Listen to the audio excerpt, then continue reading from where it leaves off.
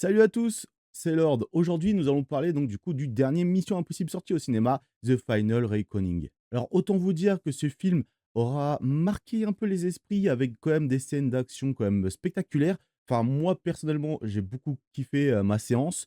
J'ai été voir le film donc du coup dans une salle laser dans un cinéma Cinéville. Donc l'expérience était plutôt bonne. J'en garde donc du coup des bons moments. Il y a eu des petits points un peu noirs, si je peux dire, des petits points où c'était pas trop ça, mais en soi, c'est un film quand même qui était plutôt assez cool. On va en parler tout de suite, dans cette vidéo. Alors dans cette vidéo, je vais parler un peu du film, de l'histoire et cetera, sans spoil. Il y aura une petite partie spoil qui ne parlera pas forcément du scénario, mais d'un petit point important du film que je me dis: «Je préfère en parler dans une petite catégorie de no spoil» pour éviter justement genre, toute déception par rapport à des attentes que des personnes pourraient avoir. Bon, on en parle tout de suite. Donc du coup, ce Mission Impossible: The Final Reckoning, qu'est-ce que ça donne? Alors le film, je l'ai trouvé assez bien dans l'ensemble. Il y a eu des moments pendant ce film fait quoi? 2h49 je crois. Si on enlève le générique de fin, on est peut-être à quoi? De 2h40, 2h35 peut-être. Le film passe assez bien, il est pas trop long. Peut-être qu'il y a un moment, genre c'est peut-être vers le pas le milieu, je sais plus, mais il y a eu un petit moment où c'est pendant 10 minutes, je me disais, «Faut que ça bouge». Mais sinon, en vrai, le film, en fait, mélange beaucoup de on va avoir des grosses scènes d'action qui, sont quand même assez longues et vraiment pas courtes, mais on va avoir aussi des moments qui sont assez longs en dialogue. Alors, c'est des dialogues qui sont pas forcément inutiles, qui sont pas forcément, parfois, genre, de grande écriture, mais qui parfois, genre, permettent de poser un peu, genre, le ton sur, le côté dramatique de la chose. Car en effet, ce 8e chapitre, je crois, ou 9e, je sais plus, et une sorte de donc du coup de bouquet final, donc qui fait suite au précédent Mission Impossible qui était sorti. De mémoire, il me semble que, de base, le précédent, c'était partie 1 après partie 2, mais je sais plus pourquoi ils avaient enlevé ça. Je crois qu'il y a eu un échec au box-office sur le précédent Mission Impossible, je sais plus, mais il y avait un délire dans le genre. Au cas où, je pense personnellement, c'est ce que je me suis dit après, justement, être sorti de cette salle, de cette séance. Je me suis dit que j'aurais peut-être dû revoir justement le précédent avant d'aller le voir au cinéma, le nouveau. Parce que c'est vrai qu'il y a l'histoire, elle est quand même assez, complexe, si je puis dire. Je veux dire, c'est pas, une grosse écriture dans le sens que je veux dire, sur les choses, mais il y a beaucoup d'informations, beaucoup de choses, qui sont assez intéressantes. Mais c'est vrai que vu que le précédent était sorti il y a quoi? Il y a 2 ans, on peut être perdu par rapport à certains moments ou détails qu'on a oubliés. Sinon, à côté de ça, le film justement, il est vachement intéressant dans le sens où, bah, dès le début, en fait, on va nous faire un peu une rétrospective aussi de ce qu'a fait Ethan à travers son parcours dans Mission Impossible. Donc, que ce soit genre à travers de flashbacks, des précédents films ou aussi bien même un moment quand il y a plusieurs, hommes, autour de la table avec la présidente qui se réunissent et qui font un peu genre ils lisent le dossier d'Ethan et qui voient tout ce qu'il a fait. Et donc du coup, c'est déjà qu'on se dit que c'est impressionnant.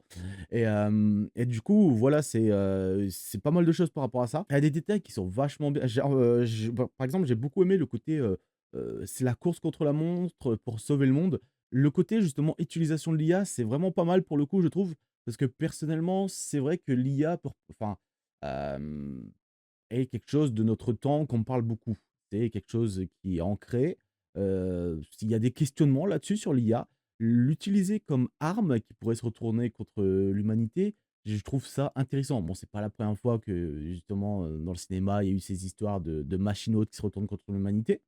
Ce que j'ai beaucoup aimé aussi également avec le film, c'est que justement, j'en joue un peu sur, heu, le monde qui est en train de changer avec l'IA. On peut voir à travers les populations. Donc du coup, qui est un peu genre qui retranscrit un peu, bah, l'époque, hein, dans laquelle on vit.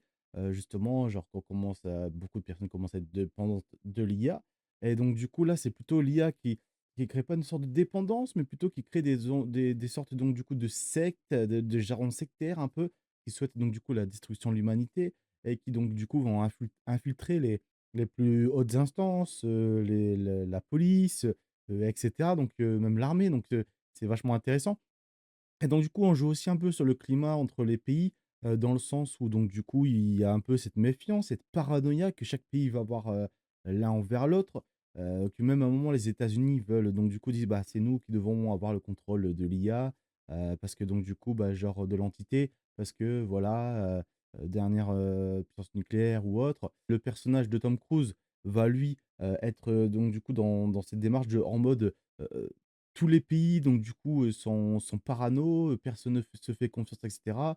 Donc du coup, il veut vraiment agir seul. Il est sur cette démarche un peu justement, bah, de toute façon, il avait pas voulu, donc du coup donner les clés à justement, aux États-Unis.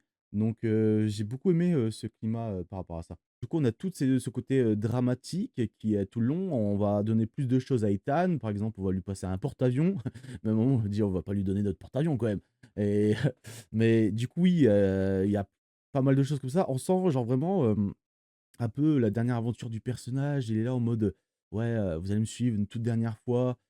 Cette course contre la montre, ces moments épiques, il y a vraiment genre des scènes, elles sont incroyables. Déjà, grosse claque au niveau des scènes d'action. Je pense notamment au sous-marin.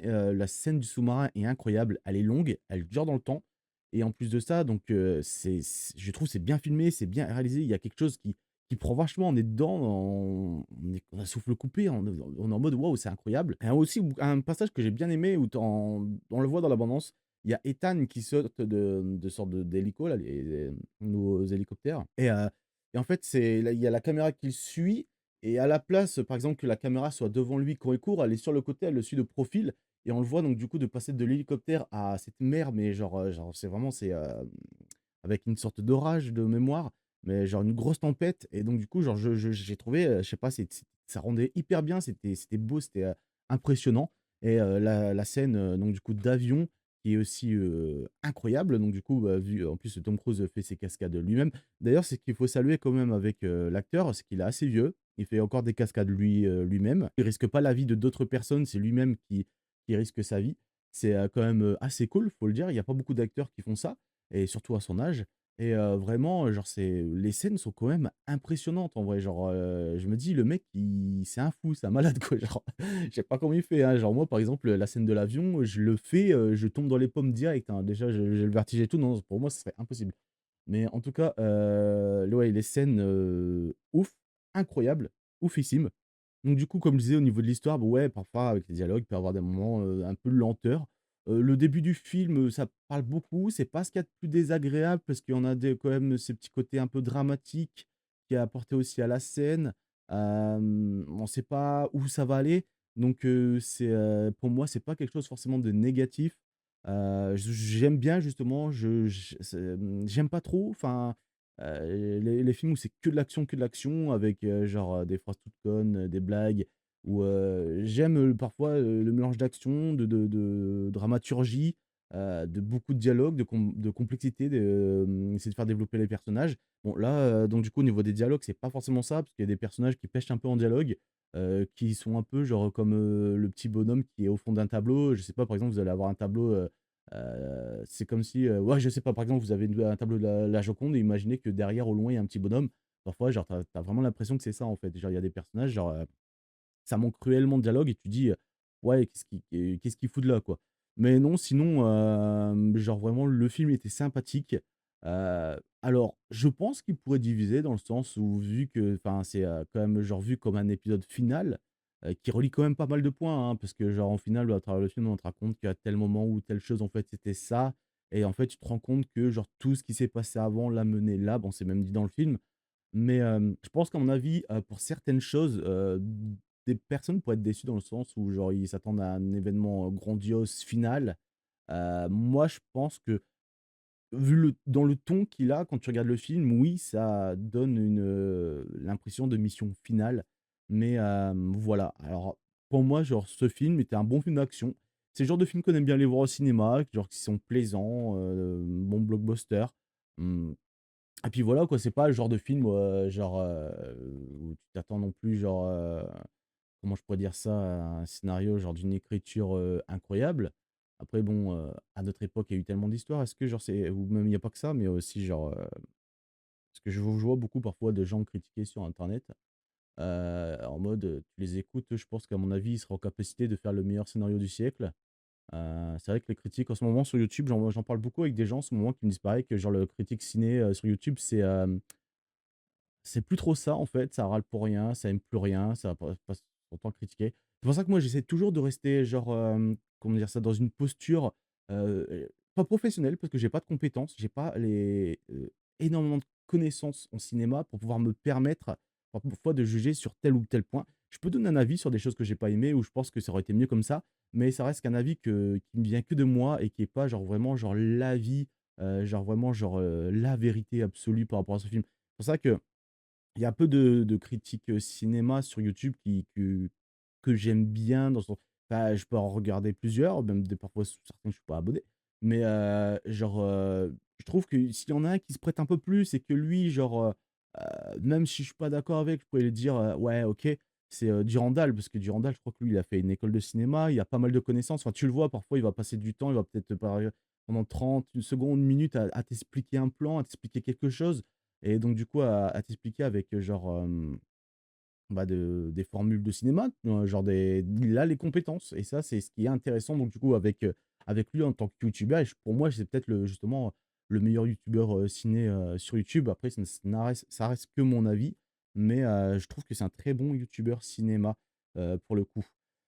Donc voilà, enfin là je me suis je me suis genre un peu égaré. Donc pour revenir justement, à Mission Impossible, on va passer vite fait à la partie spoil, pour parler genre d'un petit élément, crucial du film, parce que j'ai pas envie que, les personnes connaissent déjà la fin d'avance. Mais en tout cas voilà, si, vous hésitez à aller le voir, franchement allez le voir, hein, vaut mieux vous forger votre propre avis. Les cinémas en plus ont besoin justement de personnes qui y vont. Et en plus de ça, c'est un bon film à voir au cinéma, franchement, alors, dans les meilleures salles possibles, hein, aussi, et puis, non, non, franchement, c'était un film assez sympathique. Donc on va passer tout de suite à la partie spoil et merci d'être, passé sur cette vidéo et je te dis salut. Partie spoil de Mission Impossible: The Final Reckoning. Donc du coup, pour ce Mission Impossible, donc ce que je voulais expliquer dans cette partie spoil, c'est par exemple par rapport à la fin. Ethan, déjà, le gars, tu dis, il survit à tout. Enfin, vraiment, c'est genre, c'est le mec, genre, c'est limite un super-héros. Genre, vraiment, il lui arrive des dingueries, mais il survit vraiment à tout. Et je pense que peut-être qu'à la fin, ce qui pourrait pu être cool, c'est qu'il meurt d'une manière très dramatique pour vraiment, genre, clôturer toute cette saga Mission Impossible. Et puis peut-être que par la suite, si les studios auraient voulu refaire des Missions Impossibles, ils auraient pris un nouveau visage. Mais ça me dérange pas, hein, qu'il soit pas mort, hein, justement, hein, mais peut-être que ou alors, à la limite, ça aurait dû être plus dramatique la fin, parce que c'est vrai que, bah, en fait, on le voit tomber, il essaye d'activer le premier parachute brûle, il met la puce et tout et cetera, mais en fait, on savait direct qu'en fait, il était pas mort. Je sais pas, c'était trop prévisible et j'aurais bien voulu qu'il y ait un côté un peu plus dramatique par rapport à la scène, pour faire en sorte vraiment qu'on se pose réellement la question de: «Il est mort ou il est pas mort?» Mais là, c'était trop amené rapidement donc c'est dommage sur ce point-là. Je pense que c'est pour ça qu'il y a beaucoup de gens qui vont râler dans le sens où, bah, en fait, ça se veut comme un épisode final, mais on n'a pas l'impression que c'est un épisode final et on se demande même s'il va pas avoir des suites plus tard, quoi. Alors, s'il y a des suites, moi, ça me pose pas de problème dans le sens où c'est sympa à regarder Mission Impossible et je pense qu'à mon avis, genre, s'il y a une suite, ça sera comme sorte de saga, en fait. Par exemple, la première saga, comme Star Wars ont fait avec la saga Skywalker, ouais, la première saga Mission Impossible et peut-être la nouvelle. Ou peut-être que le prochain Mission Impossible pourrait faire en sorte qu'il y ait une transmission de flambeau. On sait pas, ou peut-être qu'il y en aura pas du tout, hein. J'ai du mal à penser qu'il y en aura pas, même si je pense que ça aurait pu être cool, un spin-off de Mission Impossible en série, en gardant un peu ce côté, là, donc du coup, chaotique qu'il peut y avoir, dans les films. Mais voilà, ouais, c'est vrai que donc du coup, il y a un petit côté, voilà, on aurait voulu, que ça soit un peu plus dramatique à la fin au niveau de Ethan et à se demander s'il est mort ou s'il est pas mort. Parce qu'il y a un film qui a bien réussi, alors je l'ai pas vu, mais il me semble, de mémoire, j'avais vu la vidéo sur YouTube, parce qu'il y avait une musique que j'ai trouvée hyper belle, j'ai regardé la scène. C'était, un 007, un James Bond et à un moment, je sais plus, il y a une musique dramatique et tu as le personnage qui est là, je sais plus c'est lequel acteur, de James Bond, c'est le blond, le dernier, bah, c'est le dernier en fait et je crois qu'il y a une explosion, un missile qui vient vers lui et je crois que c'est la fin du personnage, si je dis pas de bêtises. Et là, vraiment, cette scène, j'avais regardé sur YouTube, c'est très dramatique, c'est très beau. Et là, c'est vrai que, c'est ce qu'on aurait voulu voir un peu dans Mission Impossible. Petit point noir aussi également par rapport aux méchants, donc je l'ai pas trouvé, hyper convaincant dans le sens où, bah, voilà, heu, parfois quelques petites caricatures, et en plus, je veux dire, sa mort est tellement bête. J'ai trouvé, genre vraiment, c'était, la fin du personnage était quand même, assez débile en soi. Donc il avait des réactions genre, du méchant en mode, «Ah je laisse durer le plaisir», il aurait pu enfin, il avait enfin, à plusieurs moments, il aurait pu mettre fin à Ethan, mais non, enfin, donc du coup, ouais, c'est un des petits points noirs que j'ai aussi par rapport aux méchants. Mais franchement, voilà, c'était cool, c'était un bon moment, moi moi c'est ce que j'aime, hein, aller au cinéma, ressortir content d'une séance, surtout quand tu payes, une place, bon ça dépend les cinémas, hein, parfois tu vas payer 14, 11, 12, 10, parfois dans les grandes villes, je crois que ça monte encore plus. Donc c'est pour ça que c'est bien, parfois de prendre les petits abonnements cinéma, quand vous savez que vous allez aller régulièrement ou vous savez qu'il y a pas mal de films qui vont sortir, dans l'année. Par exemple, moi Cinéville, il y a un pass, c'est quoi? C'est, 20 non, c'est 18 € l'année et après la place te revient, à 5 € et quelques, chaque place en fait. C'est pas mal, hein, c'est franchement pour le coup, le truc est vachement cool. Après Pathé, je sais que Pathé, c'est quoi? C'est pas 22 balles par mois et tu peux aller à autant de séances que tu veux. Ouais, vérifiez parfois au cinéma pour voir s'il y a pas des petits avantages comme ça quand il y a plein de films qui sortent. Je sais par exemple, j'en parlais sur ma vidéo sur Jurassic, mais déjà rien que là au mois de juin, il y a plein de films qui sortent. Il y a Dragon, il y a 38 semaines plus tard, non, c'était parce que c'était jours, semaines, mois, peut-être, je sais plus, plus tard. Avec les zombies, il y a, ouais, Dragon comme j'ai dit, après il y a, Ballerina je crois, donc du coup le spin-off de John, Wick, pardon. Je crois qu'il y a un autre film qui sort, mais j'ai un doute aussi, Après au mois de juillet, bah, il y a Les 4 Fantastiques, Jurassic World Rebirth et puis, Superman. Enfin voilà, je m'égare encore une fois dans cette vidéo. Mais voilà, n'hésitez pas à me dire en commentaire ce que vous en avez pensé du Mission Impossible, hein, dites-moi en commentaire si vous avez aimé, pas aimé, si est-ce que vous auriez voulu voir? Et puis, puis voilà, c'était Lord. Je vous remercie d'être passé sur cette vidéo. Je vous souhaite une bonne journée, une bonne soirée et je vous dis salut.